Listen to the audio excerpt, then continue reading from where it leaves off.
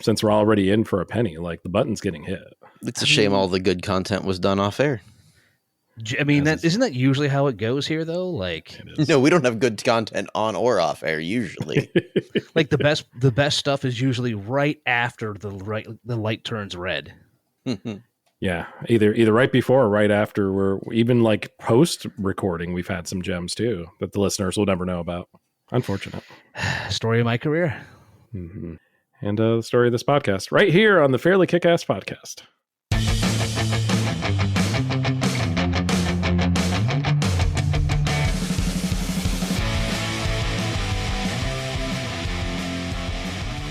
I don't know why I went like full purred happily in that moment. You couldn't help yourself. The story of this podcast is we're recording it. You know what though? You showed the effort, and I do appreciate that. That's about really, all Dan? this. Is that what you appreciate about him? That is what I appreciate about him. Well, the three of us are going to try to take 10 to 15% off of that.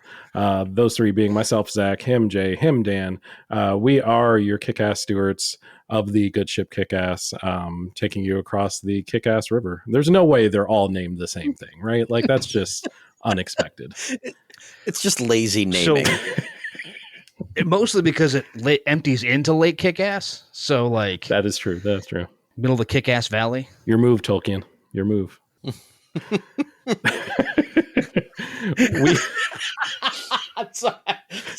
It only works if we can cast Ian McKellen. Can we not? I'm sorry, because you said that my brain went full AI, so instead of giant trees walking through, I just see like 40-foot bass guitars wandering the valley of KickAss. Sentient bass guitars, mind you. I just went full brain rot. I'm writing down both of those ideas for the next one shot that we do on this podcast. I'm out. What? Just because the first one ended up with you being in a pit of snakes, no matter what you did, like that's we can expound on that. We can get better. I got the crossover, and I could take this. And a giant guitar bass number 1 cast dipstick lick. You take 27 damage. As we all have like 6 hit points. Yeah. It's a short campaign. What can you say? This episode is already, unfortunately, not been as short as it should have been, as we've been talking about absolute nonsense for the first 2.5 minutes. So let's rein this back in a little bit and get to the month that was September. Do you remember how this month made both of you feel? And Dan, I will start with you. How were things over on the charting single side for you this month? So we have to talk when we get into it a little bit more, because I need the two of you to remind me of what you said about a certain thing last month, but pleasantly good. Interesting. Okay. I can't so I'm expecting the two of you to tell me that the albums were just shite. It was weird. I'll let you go through it, Jay, first while I collect my thoughts here. Yeah, I'm having trouble collecting my own thoughts on it, because I knew, even knowing that we were going to have this part of the conversation, I still didn't prepare myself to have this. So I have a solid top 3 with a 3B. Mm-hmm.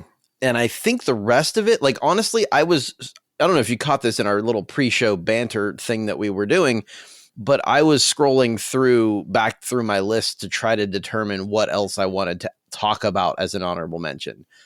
I felt like I struggled to get a full month of listens in. Yeah.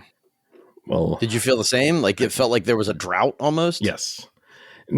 Yes, and like volume wise, no, there definitely was plenty to go around, but it was all sand, right? Yes. Like there was no beach, just the sand. 1,000% accurate.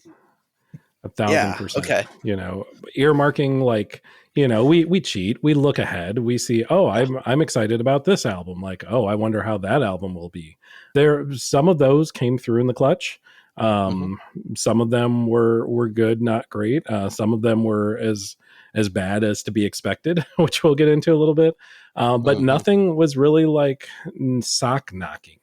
Ooh. To make that a verb in a weird way. Say that 3 times fast. I will not. Yeah, it was a month of if I could have, instead of a top 3, if I could have 3 number 3s, that's probably where I live right now. Okay. Yeah, I think I would have 3 number 3s and a number 1. Okay. I did have a number 1. You did better than I did then. Maybe not in another month, but in this month it was an extreme standout for me. So I have that. Nice.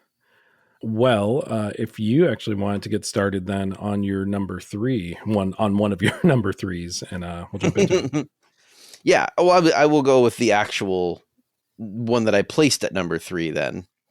And I will start with a band that I've talked about on this pod before, actually. That'd be from Texas. The band, I think they're from Texas. Now that I'm saying that. Nope, they're from Kansas City. I'm an idiot. That would be Shiner. Their new album, Believe You Me. It's basically the sound of a band that has sort of fully hit their stride. Like they're still in their stride decades into their career, right? They're kind of born out of that post-hardcore math rock scene from the 90s in Kansas City. And they built a reputation on texture and tension and integrity across a whole bunch of albums, my favorite being The Egg, before they stepped away in the early 2000s.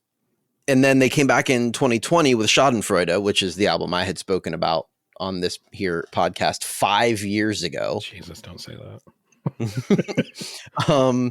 But it showed they still had some teeth. And Believe You Me feels like it took a step further. And they're confident and they are immediate and they are not afraid to stretch themselves. And it's not a reinvention of their thing, but it's like a deepening of their sound. So it captures sort of the weight of their experience overall. Sonically, the album it has a really dynamic spatial feel, which I love. The album opener, Asleep in the Trunk, sort of comes out with a snarling bass and some shadowy layered guitars. And that sort of sets the tone for the album, and then follows up with The Alligator, which has like a bunch of like hypnotic grooves that like jump into really cathartic storm feeling loudness. It feels like everything is instinctual for them on the record. So everything is razor sharp. Everything feels lived in. Like they're trusting one another with the music, which is something that is refreshing to see, especially from a band that has been around as long as they have. Lyrically, the Believe You Me sort of wrestles with belief and betrayal, that porous line between denial, control, and reckoning. For example, that what I mentioned, Asleep in the Trunk, depicts a relationship in collapse. The Alligator explores manipulation and power. My Mirror Hates Me kind of turns inward with like a brutal self-scrutiny. They don't overstate. They leave a lot of room for interpretation, which is the sort of lyric that I personally get behind even more. Leaves it up to the listener. But the album is both visceral and generous. It's heavy for them, which I think I also appreciated, but it's also very humane. And for longtime fans, this album would be a fulfillment. It was for me. For a newcomer, it would be an interesting and engaging entry point for them. It's a record that proves they're still expanding their language, and it's worth cranking this record. And it makes me almost more sad just hearing that very last bit that I didn't listen to this record, because I felt that there was a dearth on crankability for this month. Yeah, I will agree with that. There was great stuff, but there was just not a lot of stuff that hit, you know what I mean? So yeah, that was 2020. Yeah, your best of your number one best of May 2020. There is an interesting dovetail with my my number one best of May 2020 for my number one this month. That is just interesting. A weird, pure coincidence. That's really funny. And apologies if you mentioned this as you were talking. Did you say that you've been a fan of Shiner from before their split from the 90s, or are you kind of one of the? I got into them immediately before they split up in the early aughts. Gotcha. So my introduction to them was the album The Egg, which is probably why it's my favorite of their records. I did go back and I love their whole catalog. But that was the college radio days for me. So like I got in right there in the early aughts, nice. Just as they were done. It's like when you just finally get on board a TV show and like, you know, you finally watch like the last episode, like the last finale, and then you like go on like deadline.com or something and see that it was canceled. Yeah, I pretty feel much. like it was very much that vibe. So for your sake at least, I'm glad that they got back together. And it's tough. We've seen it before. We've seen it not work many times, arguably more often than it does work when a band splits up for a long hiatus and then tries to get the band back together to make the magic happen. It sounds like they were successful though, which is cool. I really like it. I don't know how I have not looked up other reviews of it, so I don't know how other fans feel about the record, but I personally really enjoyed it. Well, I didn't dive too deeply into it, but I will say that a random Reddit post considered the album "quote unquote" fresh. So okay, so there you go. That's a positive. Right on. Go Reddit user, whatever Reddit your name user. is. How about you? What are you going to start us off with? Oh, it's my number 3 fresh. I don't know what that I'd call it fresh. I think I would call it a well curated sound that has taken several twists and turns throughout the years and has landed for this album on something a bit more of a lighter fare on the surface, with a little bit of the happy sounding sad song kind of bubbling underbelly in some of the tracks. Originally my number 1 album of the month. And when I say originally, I mean like when I first saw it on this list, I'm like, of course, yeah, this is going to be the one. And it wasn't that it wasn't great. It's just that there were 2 albums I thought were even better. So by no means am I dunking on my beloved, and yours, Jay, beloved Scottish 3-piece Biffy Clyro with their most recent studio album, Futique. It certainly leans a bit more pop punk, and in some cases more pop than punk than the previous 2 releases, at the very least, being a celebration of endings and the myth of the happily ever after. If you're looking for something harder, then listen to those 2 albums. If you're looking for something harder than that, listen to frontman Simon Neil's, I believe it's a duo. I can't recall the other person in Empire State Bastard, but that should scratch your hardness itch pretty well. That's oof, that is a different level altogether. We're not getting that here. Just like I said, there's not really a lot of crankability, but that doesn't mean that these tracks are not good. The aforementioned Simon Neil knows his way around writing a song, as he has for, a couple of decades now. The instrumentation is as tight as always. The singles, True Believer and A Little Love, are well deserving of their designation as singles. I know there are 4 singles. Those were the biggest 2, and for my money, the best 2 of the 4 singles on the album.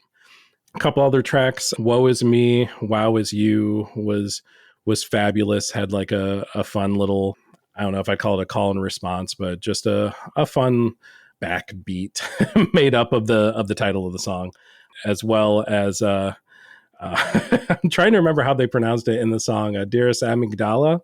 That they then corrected themselves at the end of the song in a very cool, fun little cheeky way. Very, very deep track that it sounds like that's very much in the happy sounding sad song sort of category there. I wouldn't say sad. Happy sounding deep song is a better way to put that. But a very good track. They could be pure pop artists all the way through if they chose to, and they would be some of the best pop artists around.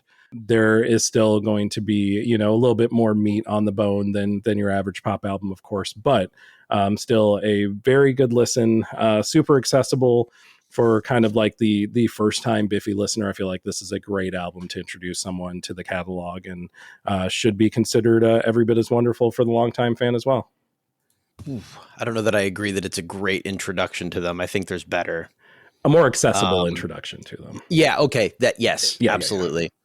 Yeah. The other guy that's the Empire State Bastard is Mike Vennert of Cardiacs, who also dropped a record this month. Oh, hell yeah. Shout out Mike Vennert. And it's good. It's really good. It's actually on my honorable mentions list. Nice. So check that one out. That's more of like where Biffy has more of like the pop and like emo side of things. The Cardiacs is punk. Like it's hardcore punk.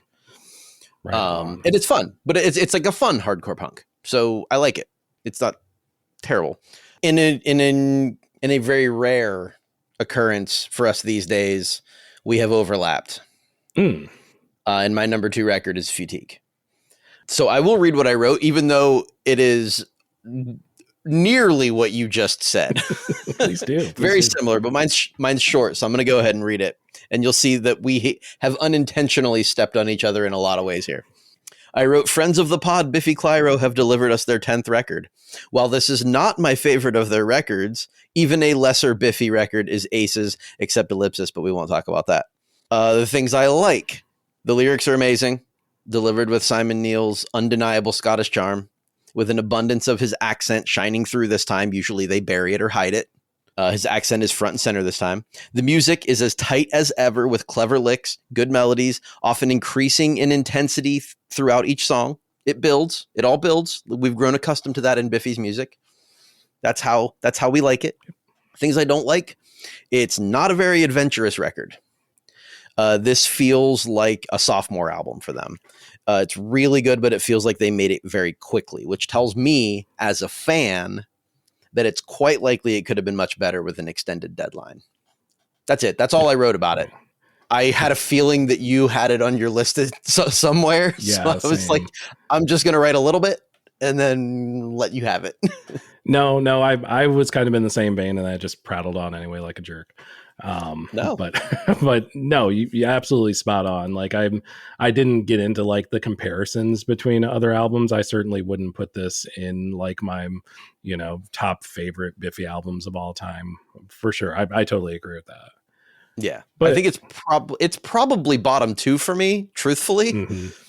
Like obviously Ellipsis is that's number 10. Fair. That one we're not going to talk about that one. Super fair. But I mean, it might be the next least favorite, which is still saying something because I did really enjoy the record. Yeah. Well, that's just it. Like, even like you said, like a bad Biffy record is still really fucking good. Yeah. That's interesting. I thought we would both have it on our list. I did not think we would basically say the same things about it, but it's validating at least. Yeah. It feels good. On the same page. Okay, what's at your number 2 then? Are we going to have more overlap? I don't think we will, but it's possible. It's possible. It's possible.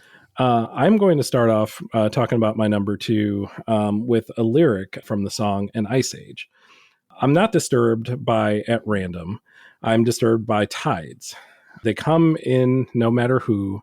A tide so high you don't notice that you're drinking seawater until you see your mother in the brine. What the actual fuck does that mean, Nico Case? What the actual hell do those words put together in those sentences mean in any semblance of the English language? I have no idea. I don't know if the two of you have an idea. Listeners, I don't know if you have an idea. I know that Nico has an idea, obviously. But no matter what, there's a lot of that in the album Neon Gray, Midnight Green. And even though I don't understand 98% of it, it still sounds so good.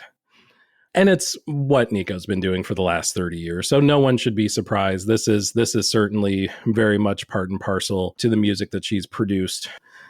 Writing privileges are shared, as they have been the last several Nico solo albums, between her and her longtime contributor, Paul Rigby. Both of them have worked together to some extent on every album that Nico's put out since 2006's Fox Confessor Brings the Flood. But make no mistake, this is Case's show through and through. Every track is absolutely brimming with a similar sort of imagery and metaphor and analogy, as I had mentioned earlier, all anchored by Case's beautiful and timeless vocals. Besides An Ice Age, I really love the sort of anti-love song, Rusty Mountain, where she sings, did you tell him you're not going to build his house? Left the nails in a pile to form a rusty mountain. That one's at least a little bit more understandable and really, really cool the way that she kind of played with that imagery. Also, from the title track, Neon Gray, Midnight Green, where she says, sometimes I climb a tempest to feel the strangle of my rage release. That's a tattoo, is what that lyric is. That is purely ink somewhere on someone's body. Every track is just like this. It's layered, it flows, it's poetic. It's purely poetic. It's lovely. It sounds great tonally, sonically. That part is not neglected. It still is subtle. Nico's vocals are highlighted as they should be, and they sound as good as ever. One of the highest compliments I can give this album, I will give it, and it's that it's more of the same from Nico Case. I don't know how better to put it, and I don't know how much more of a glowing review I could give it than to say it's what you expect, and it's perfect. That's awesome. I actually, full disclosure, was out of commission for music listening from Monday through Friday of this week. and therefore I have not listened to that record. It is on my list for sure, but I have not gotten to it. You will enjoy. I have no doubt. I am sure I will. It came down to listening to that or the new Spinal Tap record, and my curiosity got the better of me.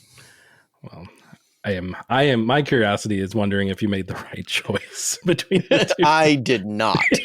It sounds like I don't know. I have not listened. So here's I will add the Spinal Tap record to my honorable mentions now, and just say it's a fun. It is what it's meant to be. It is a fun listen. There's some oldies, like some Spinal Tap, like old hats are gonna have a good time on this record with Elton John and Paul McCartney helping him out on a couple of tracks. It's a romp. Is it good?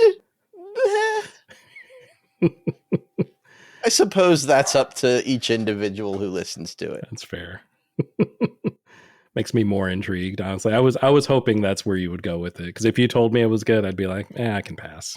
I mean, listening to Paul McCartney sing Cups and Cakes is really sort of my favorite thing on the whole bit, but it's exactly what it needed to be. Sometimes I have no regrets for listening to it, except that I chose to listen to that over Nico. Now I have some ground to make up. What else did you like? What else did I like? So my 3B would have been Lorna Shore's album, I Feel the Ever Black Festering Within Me. I love Lorna Shore. This album is significantly less guttural than some of their previous work. There's a lot more symphonic stuff going on, a lot more like just bigger. They're filling stadiums now, and I don't know that I like that for Will and the gang. Like I think I liked the darker, deeper stuff that they were doing. I'm not saying it's bad. I thoroughly enjoyed the record. It's a different move for them. It's a different style for them. We'll see where it goes. I truly enjoyed it. Just like their old stuff more. Nice. I also have Rainbow Kitten Surprise on here. Their new album Bones. Again, it's a little poppier than what I wanted from them, which is why it made its honorable mention and not in my top 3. Still very good, cool, clean vocals, a lot of indie and garage style, circus rock going on there. They're a lot of fun. I love Rainbow Kitten Surprise. This album just didn't quite hit for me the way their last couple did. Yeah. Other things that I really, really, really enjoyed. I already talked about the Cardiacs LSD. That record is their first in 26 years, and they haven't missed a beat. More of that punk style. It's punk rock. I don't know what else to say about it. It's alternative metal or punk. Take your pick. Yeah, exactly. King Princess and her album, or their album, Girl Violence. I was surprised at how samey every track sounded, but they're in a vacuum. Each song or a couple at a time were so good. I just couldn't listen to the whole album straight through without being like, okay, I need a break. Mm-hmm. And I wanted to mention Algernon Cadwallader because I wanted to try to pronounce their name. They have an album called Trying Not to Have a Thought, and it is very, very Saddle Creek. So if you are into Saddle Creek, you will like Algernon, however you pronounce that second word. On the super heavy side, I also really enjoyed the Demon Hunter album, probably their best record to date. It's called There Was a Light Here. Not K-pop Demon Hunter. Don't get that confused. This is just Demon Hunter. Dan will talk more about K-pop. Probably. I don't know. But I really enjoyed that album. And then also Between the Buried and Me had another really kick-ass record called The Blue Nowhere. And I sent my mom a text saying she needed to listen to the new Rob Thomas album, All Night Days. And she dug it. Nice. I did too. It's very Rob Thomas. Like it's Rob Thomas. So you get that. Part of that's refreshing though. Like sometimes you just want to listen to an artist and like get that artist, get that sound. Absolutely. Very nice list, dude. I also enjoyed. It didn't quite make my honorable mentions. Honorable mentions is those words. But the Rainbow Kitten Surprise album Bones. For some reason the words that kept popping into my mind were like Kings of Leon, but better. over Yeah. and over Oh, again. I can see that. Yeah, very, very, very cool album. The Lorna Shore album, I Feel the Everblack Festering Within Me. I have certainly not been a Lorna Shore fan. Words are hard. As long as you have, I have a friend who's also been a long time Lorna Shore fan. And those you and the said other friend are the ones I've been very curious to hear what they thought of this album, just because you have a reference point of previous work way more than I do. I dug it for what it was, for sure, but I was wondering, like, how does this fare? Is this better? Is this worse? Is Will Ramos even more Will Ramosy on previous albums? You know, like, where's the line? But yeah, you described that well. I would say vocally, it's right there. Like he nailed it. Yeah, The music is different. very cool. I won't say better or worse. Yeah, It was different for me, and that caught me off guard, so it didn't make my list. Nice. Yeah, it's just like we were talking. Like, sometimes you just got to Rob Thomas it, you know. Sometimes Right. bring what we expect to the table. I'll give you one artist that brought exactly what I expected. Two, actually, that brought exactly what I expected to the table. One, in the good sense, being a Big Thief with their album Double Infinity. You know, I mentioned that more of the same was a compliment when applied to Nico Case. I would say the same being applied to the face of Big Thief, one Adrian Linker, who sounds as pristine as always, as does the rest of the band. Really, really cool album. One that probably is not going to hit as well indoors as if you were like listening to it just like floating down a lazy river. Feels like the correct application of Double Infinity. One that was exactly as expected, but not in the best possible way, was the album Play by Ed Sheeran. It's the worst part about this album is that it made me agree with Dick Schwartz, and that doesn't make me feel good inside. They wrote, quote, "The superstar's eighth album is sweetly generic and half-heartedly ambitious. He's got a couple of surefire hits, but he's never sounded this lazy." I could not have written it better myself. He raps in one of the songs that we don't have to ever disclose again. It's the album opener too. Like, you can't get past that. It's not only the album opener. Oh, is it? I didn't listen to the whole record. I made it a few songs in. Yeah, it happens at least twice. The second time it happened was the time I turned it off. I wish I remember what track it was. I'll look it up as I'm looking through my other honorable mentions. But yeah, it's purely a miss. That I know there was at least one single that predated the album, Azizam, or however you pronounce it. I actually like that song. It may be the best song on the album. Yeah, I don't think there's anything that's even remotely as good. Dan's making faces. I'm assuming from that face that he's got it middle of the pack, but he may have put it at the tail end of his list. I don't know.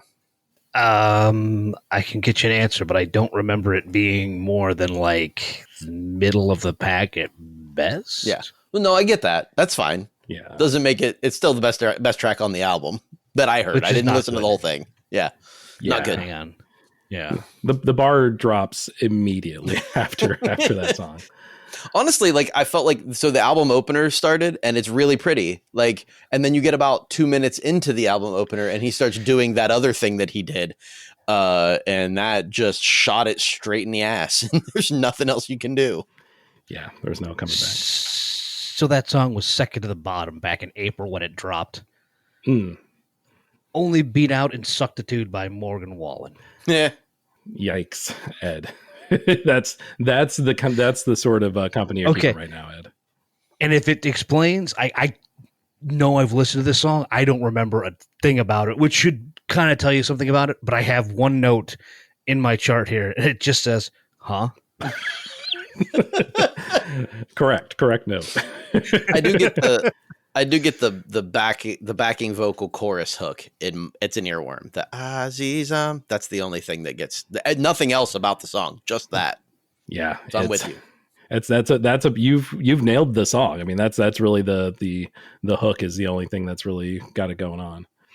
But one more real quick that I'll just touch on, just because it was so vastly different than what we've heard from her previously, and that's one Doja Cat, who released an album called V. I believe it's like the French pronunciation of VIE, and it is 80s synth pop.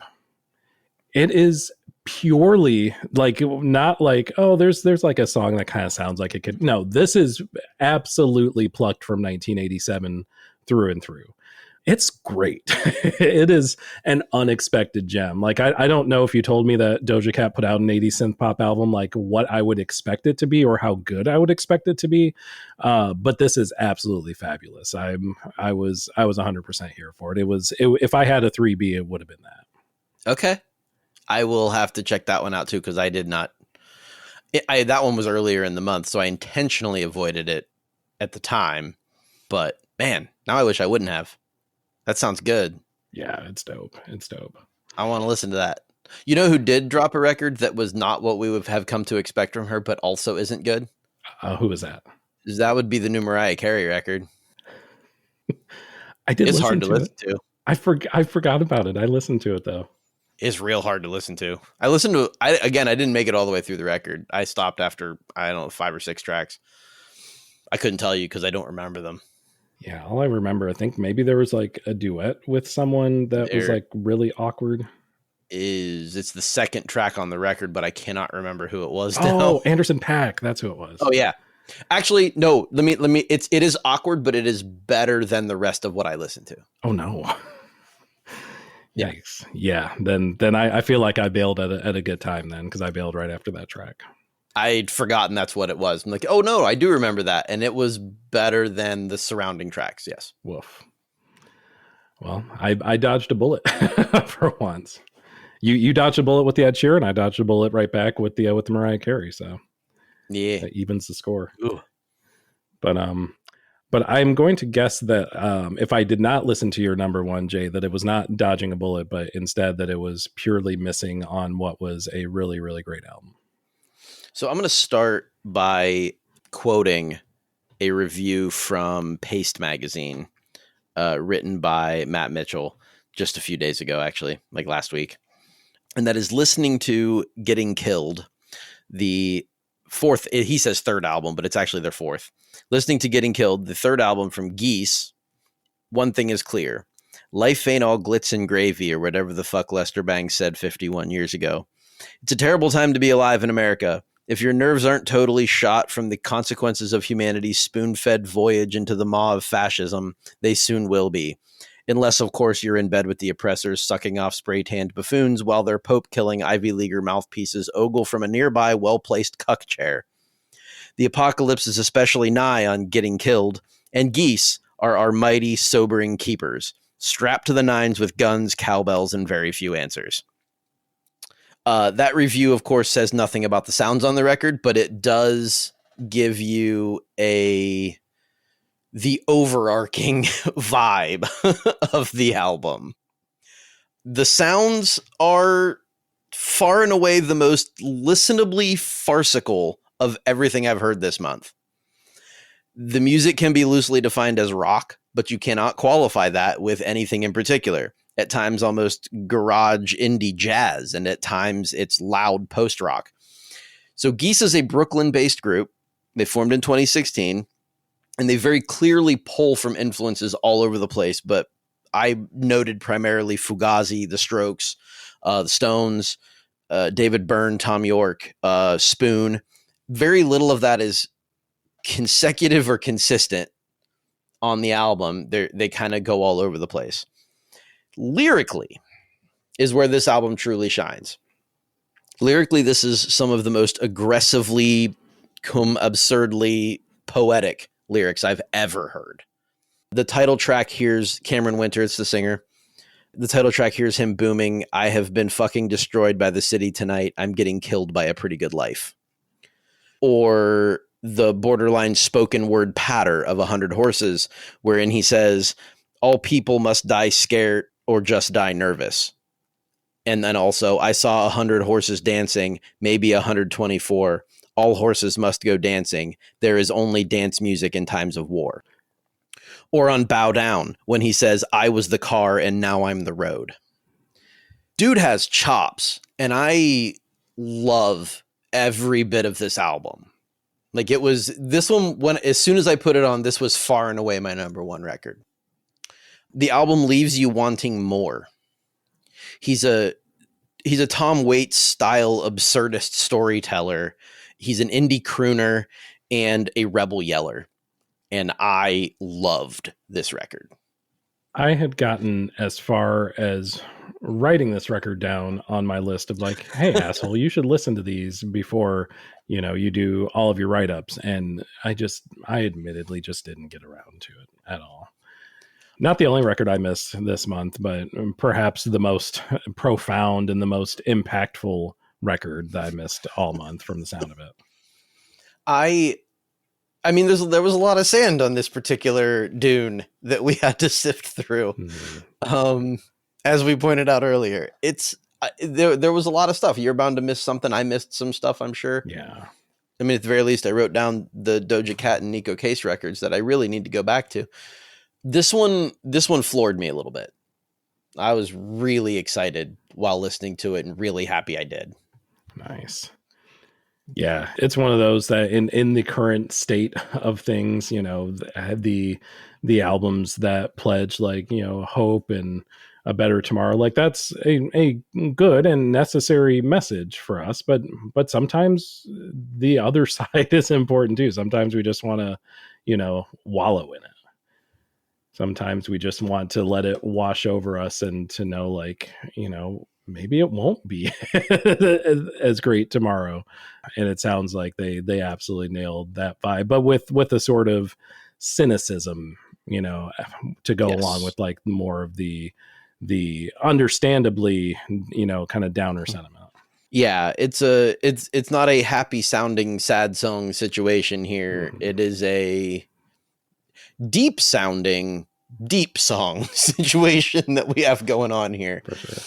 I will, I used that quote from Paste was fun for me, but they also gave it a 10 out of 10 on their rating system. Pitchfork, believe it or not, gave it a 9 out of 10, so we can't be down on them too hard right now. Nice. Handful of others gave it really good reviews. Album of the year, Guardian. Like, I wanted to see if I was alone in my love of the record, and clearly I am not. Yeah, 89 out of 100 currently on Metacritic, which I know that can be fudged a little bit, but I feel like at least the higher scores typically are fairly accurate. Yeah. And one more small footnote about that album, produced by one of my personal favorite producers, One Kenny Beats. Oh, I didn't even clock that. That's awesome. Mm-hmm. Yeah, I don't know that he's done much outside of the hip hop realm, but I'm sure that it was Ace's production. It's really good. It's I always come out of this with something to put on the top of my post show listening list. So I didn't have that up until right now. So I'm glad that that we filled that gap at the last minute. Yeah, good. I am very interested to hear your thoughts. Yeah, for sure. I'm also very interested to hear what you put at your number one slot for this month. Interestingly, also not at all a happy sounding sad song situation or a happy sounding happy song situation. There's not a lot of happiness going on in either of our number one albums this month. I don't know if that speaks more to us than it does the music, but if we look at like the Nico Case album, with its metaphor and analogy, if we look at that as like a pillow in terms of like trying to portray a message or deliver a message, then my number one album is a lyrical sledgehammer, because there is zero doubt, even if you don't know what's going on with this artist, there is zero doubt after you listen to this album that you will know exactly what is going on. And that's why straight away I just have to applaud the vulnerability of someone to be able to speak about something that they're still very much going through, very much in the middle of. And that specific thing is the divorce of longtime collaborators and longtime partners, Amanda Shires and Jason Isbell. And that leading to Amanda's album, Nobody's Girl. The subject matter of the split, the divorce, is pretty part and parcel what this album is about. Both the terms of what happened, as well as how Amanda is taking it, how Amanda is feeling. Spoiler, not great, as one could imagine. It was immediately captivating as soon as I started listening to it, and as it settled, as the album kind of settled, as I got through it, you could tell that no stone was left unturned. just being able to put that all on the table, regardless of what is already out there. Again, this is something that has gotten a lot of run in the media just because they are two, acclaimed artists. But there are multiple sides to a story, and it was very refreshing to be able to hear Amanda's side and hear how it has impacted her. In an interview with NPR, she said, quote, "I just had to get it out there, have a place for the experience to live. And then through the process, I kind of continued to write and to find beauty in the kind of aftermath and everything." So hearing that, at least it seems like there was some catharsis there in working through that pain was healing and beneficial to her. Looking at specific tracks, I do want to point out the details because it is one of the most lyrically uncomfortable songs that I have heard in a very, very long time, because it does exactly what it says on the tin. It gives you the details in detail of a lot of things leading up to, before and during Amanda and Jason's split from one another. Also, just from a standpoint of like how she has been impacted, hearing her voice saying, "No, I'm not doing okay today" on the track, "Lose It for a While," was absolutely heartbreaking. I'm not going to lie. Again, just not only her putting out what happened, but putting out how it has made her feel, and understandably, not fantastic as it would for any of us. So the album closer, "Not Feeling Anything," also served as a stark reminder that shitty times don't always have a happy ending, kind of dovetailing with the Geese album in a way, Jay. In this case, she sings, "No guilt, no remorse, no shame." And sometimes that's the best we can ask for, at least in the short term. But I can only hope that this was a huge step towards her being able to find happiness again. And if it was even the least bit helpful for her to go through that writing process, then I'm super happy that she was able to be as vulnerable and able to record something so hauntingly beautiful. Very cool. Having not listened to the record myself, do I, as a listener, need to feel uncomfortable about having loved Foxes in the Snow back in the spring? No, I don't think so at all. Okay. I don't think so at all. I think they're two different sides of the same coin. I might say the same exact thing about Foxes in the Snow as I would say about Nobody's Girl, just obviously on the other side. Yeah. Because I know that was Jason's side of the story, and I'm very glad that Amanda's getting her side of the story out too. But it sounds like hers was significantly more detailed than his was. His was more internal, and sounds like hers has a lot of stuff, airing some laundry, as it were. Yeah. And that's hence my question of whether or not I need to be uncomfortable having enjoyed Jason's last record. I mean, I think it's one of those where we are the main characters of our own story always. And Jason would portray things, I'm sure some things he would agree with, I'm sure some things he wouldn't, and vice versa. Where the truth truly lies to like an objective, omniscient, omnipresent third party, who knows? But yeah, I don't want to discredit anyone just because of what someone else had mentioned. So I would say that both of them are equally as valid. Cool. Because I love that record. And oddly enough, I did not listen at all to Foxes in the Snow. I completely, as much as I love Jason Isbell and Amanda Shires, I love them both, but I somehow completely overlooked that earlier in the year. It was back in March. Yeah, I don't even think I clocked. Did it end up on either of our lists? Yes, it was on mine. It had that, and the Patterson Hood record came out in the same week, I think. Oh, Jesus, what a week. Yeah. Well, now I have two things to go back and listen to after the show. And this one I had been meaning to anyway, just because of listening to the Amanda Shires album. It's like I felt it was only fair to get the other side of the equation. So yeah, cool. As we move from the album side over to the single side, Dan, you said that it was a more pleasant listen over the last month for you. So yeah, let us know what specific tracks you got into. What was the tops? What was the bottoms? And the whole nine yards. So I appreciate that wonderful lead in on covering that as a whole thing. Yes, actually, I thought it was a very solid month. And I say that going, and you'll know what I mean as soon as I get into the song, but there's one of my 22 tracks that I'd go, that ain't it, fam. And okay, yes, 12 of them were one album, which is what I will ask you guys now is remind me again what you separately thought of Sabrina Carpenter and Man's Best Friend last month when you guys had it out when it dropped. I'll defer I that thought to the Jay last- because I listened to just a couple of tracks on. I think it sounded like he listened to the entire thing, so he's a better indication than I am. I did. I had said at the time that I thought the album was a grower, not a shower. Okay, yeah, I That suppose it was going to take some more listens to actually like feel like I was going to like the record. There were a couple of songs on it that were instantly songs that I liked, and then a lot of stuff that I was like, I don't dislike it, but I don't. I'm not sure. So like, When Did You Get Hot was one of those like instant songs that I enjoyed, as well as Go Go Juice. And then I thought Manchild is a really good first single, but I don't feel like it has the staying power of anything she released last summer. 100% agree.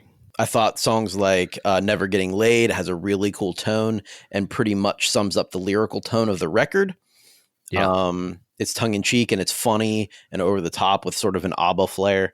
But I think that sort of like that tone of the record, I thought it was really cool.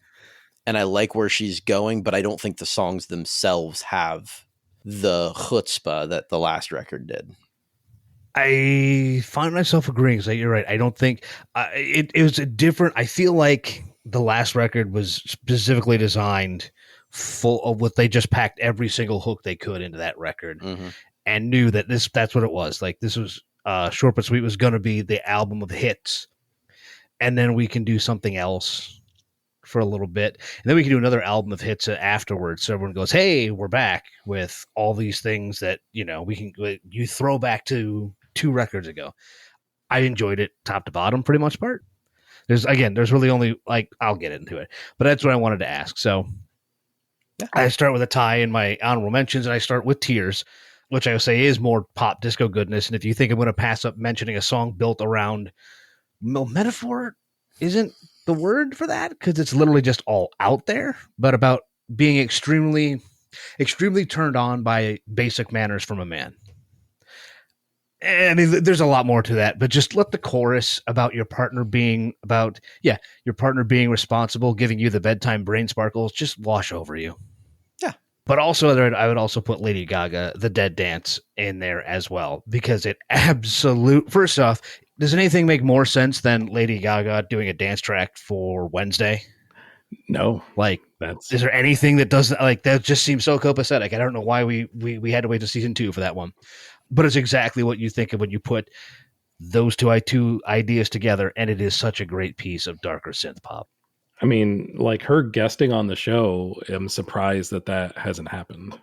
I mean, considering I think it's gonna it's gonna get a season 3, so there's no way they just stop at 2. So yeah, like considering her turn on American Horror Story, like get her on the show, get her on Wednesday. Come on, come on now.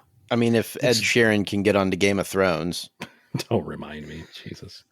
Yeah, so, hey, Sigur Rós was too. So, I mean, we even things out. Oh, sorry. All right. So let me start the countdown proper. And I'll bring Zach into the conversation as soon as I can. Because it's a return from an artist that Billboard said feels more like the 2020s than almost any other one. And while you shouldn't try to think too hard over whether or not that was meant as an insult, you should bask in the 80s disco pop rap glory of Jealous Type from Doja Cat.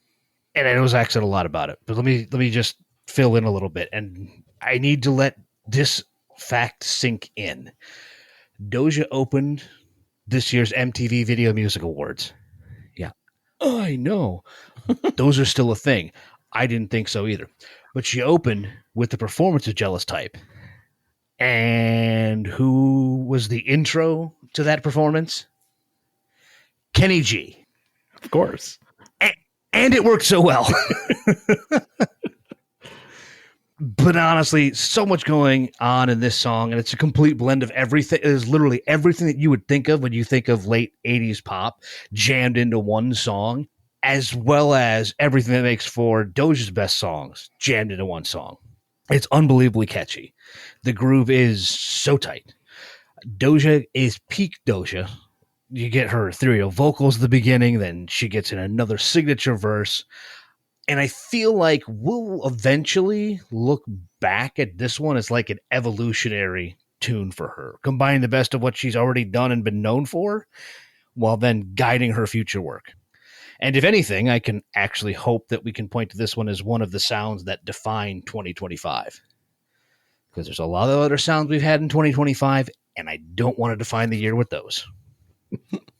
I'm down. I gotta go back and listen. Yes. Like, we're well worth your time. I don't know which direction I want to go. If I want to go with like Doja Jackson or Janet Cat with this particular track.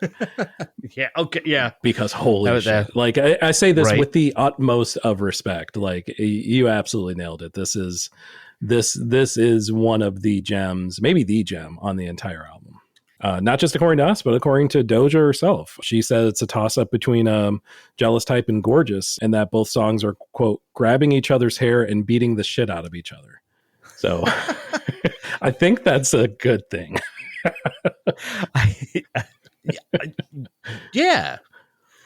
I mean, I liked Gorgeous as well. I wish it would have charted. I wish more of the album would have charted, actually, but... I'm surprised it didn't, yeah, honestly. Maybe not the whole thing, but like at least a few tracks, at least more than one. Yeah, honestly. Either way, I'm with you. Good listen top to bottom. For sure. Now, I also, and I say this like I'm not normally, so, but I am, but I'm not. But wait, okay, I've confused myself. So let me be completely honest with y'all ahead of my pick for number 2.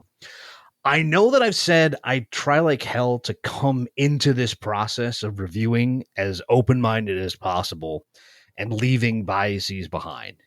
And I succeed at that. I am biased for nothing. Okay, that's not true. I am biased for some things. A few things. Several things. But I am biased for like half the things. Okay. And I guess this one would be one in that half because I looked at the artists working together. And even though I do like both of what they're putting out, I so could not see this working out well. And then I listened to the song and realized that I was immediately wrong. And the odd couple of Big X the Plug and Ella Langley works, in fact, so well for Hell at Night. If anyone else did this level of breakup song wishing ill on their exes, I don't know that it would be as impressive. But the mix of country twang guitars and then the trap beat turns into pure fire when Big X comes in.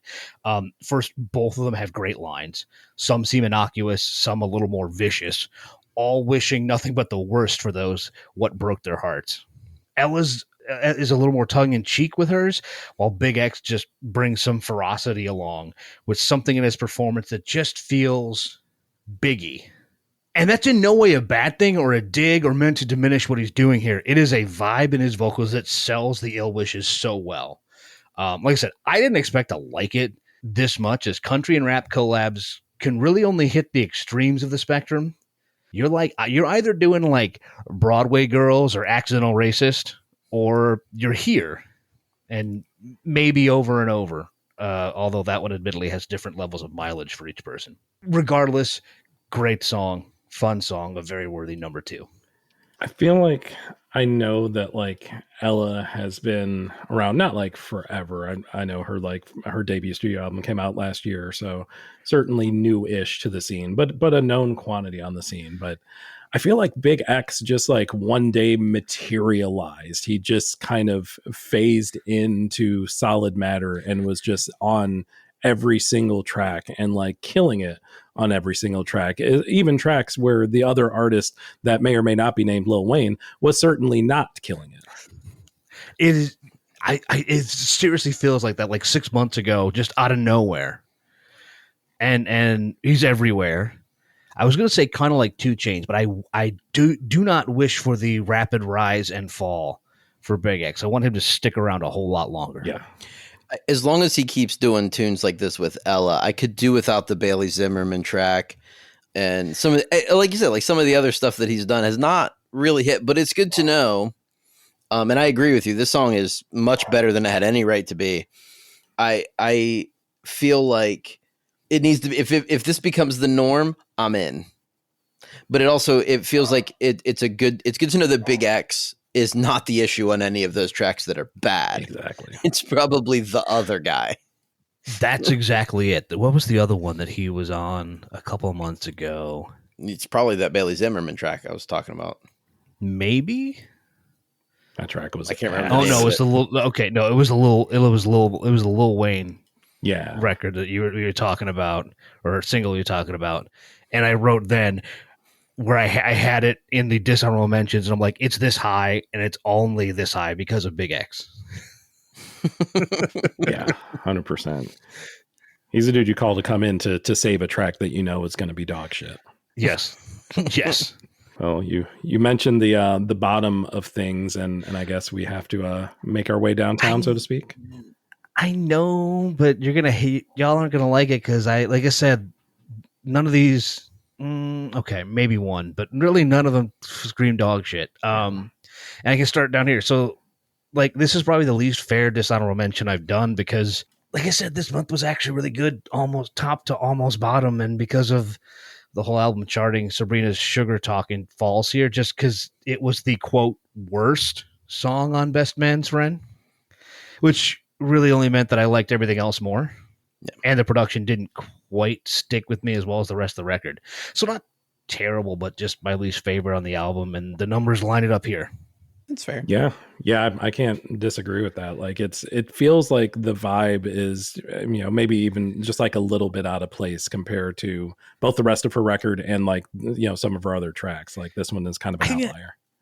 I think that's the best way to put it. The vibe just feels a little out of place. Yeah. For what that's worth. Yeah. So, I mean, a good enough pop song, but, when compared to the rest of the body of work, yeah, I totally agree with you. And then I need to add in more apologies. And this time they need to go to Ghanan singer-songwriter Molly, whose Shake It to the Max is another good song that just kind of made it down here by the numbers. I mean, it's a solid Afrobeats track. It makes you move. Molly sounds so smooth throughout. I guess I could dock it a few points for the song getting boosted by a TikTok dance challenge. So I guess by Old Man Yelling at Cloud points, it falls to number 20 for September, but it's still good. It's still fun. It's still worth your time. Full disclosure, the only reason I heard this song is because I was listening to the TikTok channel on XM Radio. I have so many questions. Please. First off, let's question the existence of a TikTok channel, period. That's one of them. Mm-hmm. Is this just a song that just plays the TikTok chart on repeat? I think it's more like songs that are popular on TikTok, not necessarily charting songs, but just like this song. No, that's what I mean. Just like whatever is getting used the most on TikTok. Exactly, yeah. Is Dream still on there? I haven't heard it. Are we still skateboarding with cranberry juice? I don't know. I gave up on the app as soon as they bent the knee. The one thing that was weird, I mean, same, true. Not that I was ever a fan, but that would have been a pretty quick turn off. But considering I did hear Let Down by Radiohead on the TikTok channel pretty recently, like I don't know what to believe about it anymore. Well, that sort of All right. undercuts the next question I had, which was why in pluperfect hell are you listening to that radio station?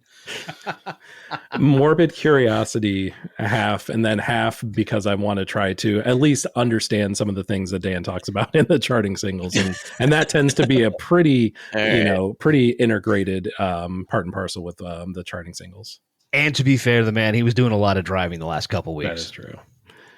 Yeah, and in fact, that Big X and Bailey Zimmerman song had a lot of run on the TikTok channel a few weeks ago. So that doesn't surprise me. It's ass. No. Yeah, fingers on the pulse. Weirdly,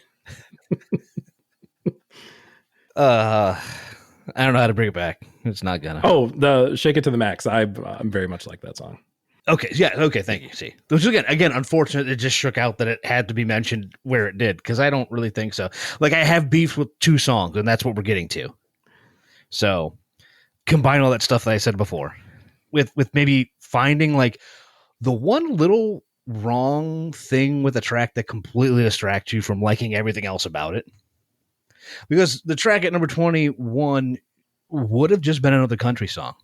a little less poppy than the fare that it normally charge, which is to Scotty McCreery's credit. Then we get to the chorus of Bottle Rockets, which first off has a melody so basic that I could sing like 90% of it after one listen. And that alone's not a bad thing. I mean, that could also mean I've heard way too many tracks like this and I can automatically predict where this melody is going. But then you can see what it's building to. Take a journey with me here. I feel like Zach knows where we're going. But follow. Bottle rockets in the sky. Bare feet in the sand. Bonfire in her eyes. Cold beer in a can. Very basic. A, B, A, B. Moonlight on the waves. Her kiss in the dark. The smile on her face. When she'd make me break out my guitar and play.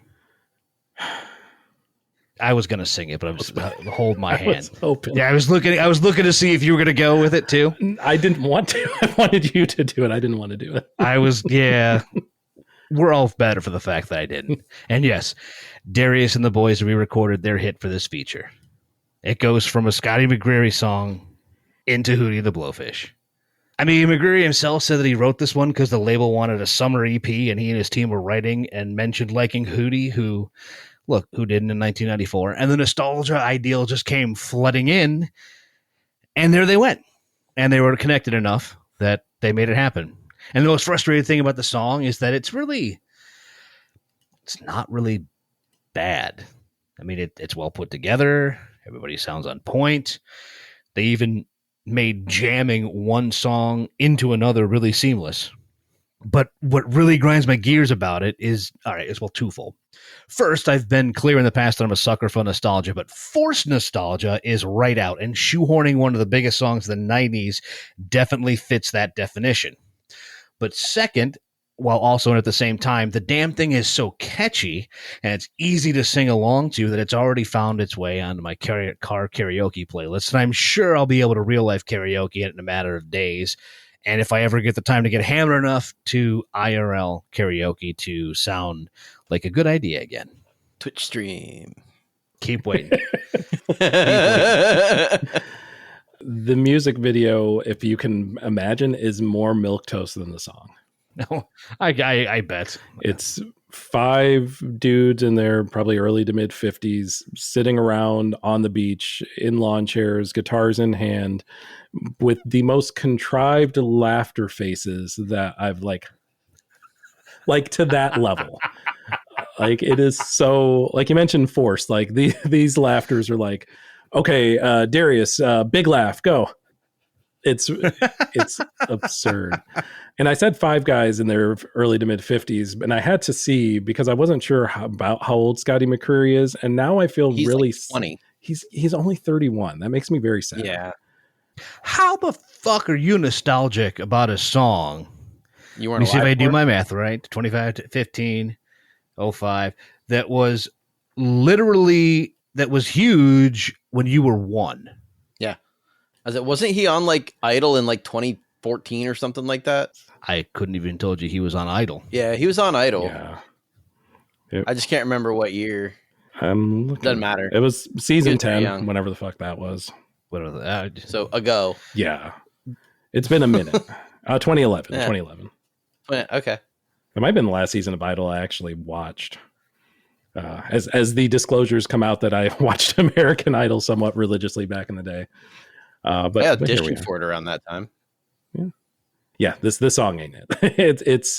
It's like you get the nostalgia hit in the chorus only, and then the rest of it is just like waiting for the chorus to come back, and then you realize like I could have just listened to Hold My Hand, and it would have been that was sort of my whole reaction to that whole thing. Because again, the verses don't matter at all.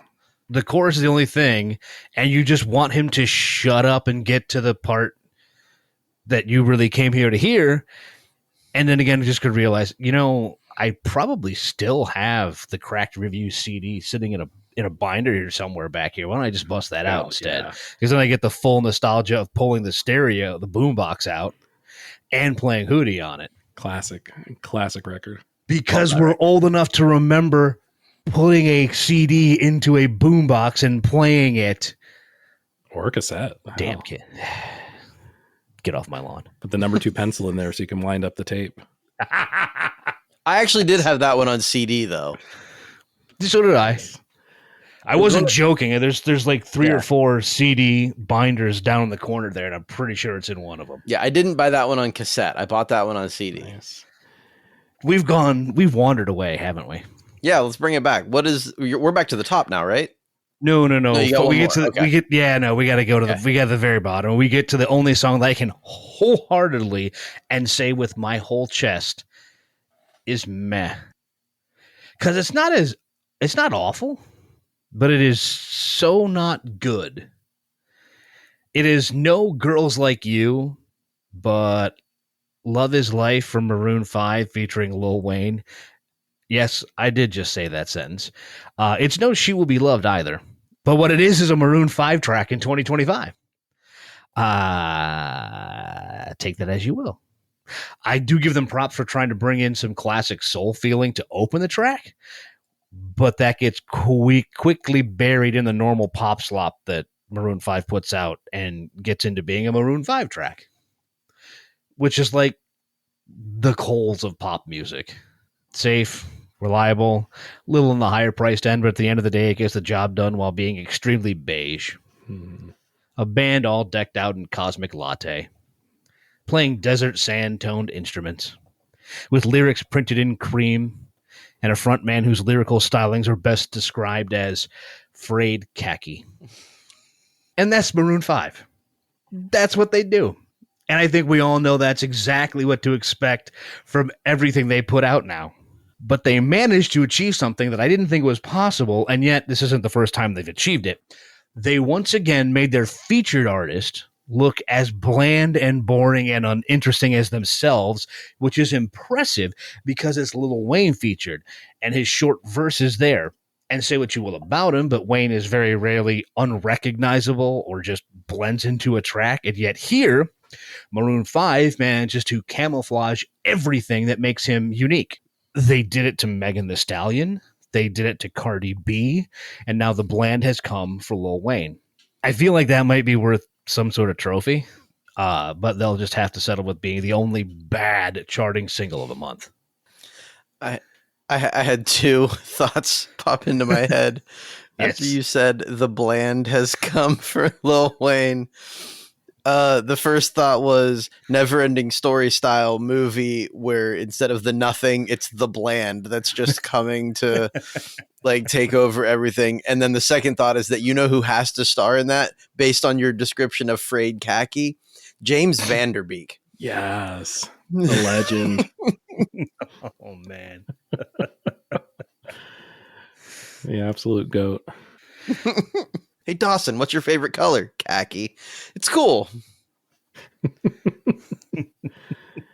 I will at least, like you said, Dan, I'll at least give Adam and the boys credit for trying to make this sound somewhat kind of cool in a way, somewhat kind of soulful, but like old habits die hard. They tried and then gave up in like 15 seconds. Like you mentioned, like Wheezy's verse could have literally been anyone, not like any rapper, not like any hip hop artist, but literally anyone, any human that could speak and, you know, could read lyrics like that could have been them. It's remarkable. It truly is impressive.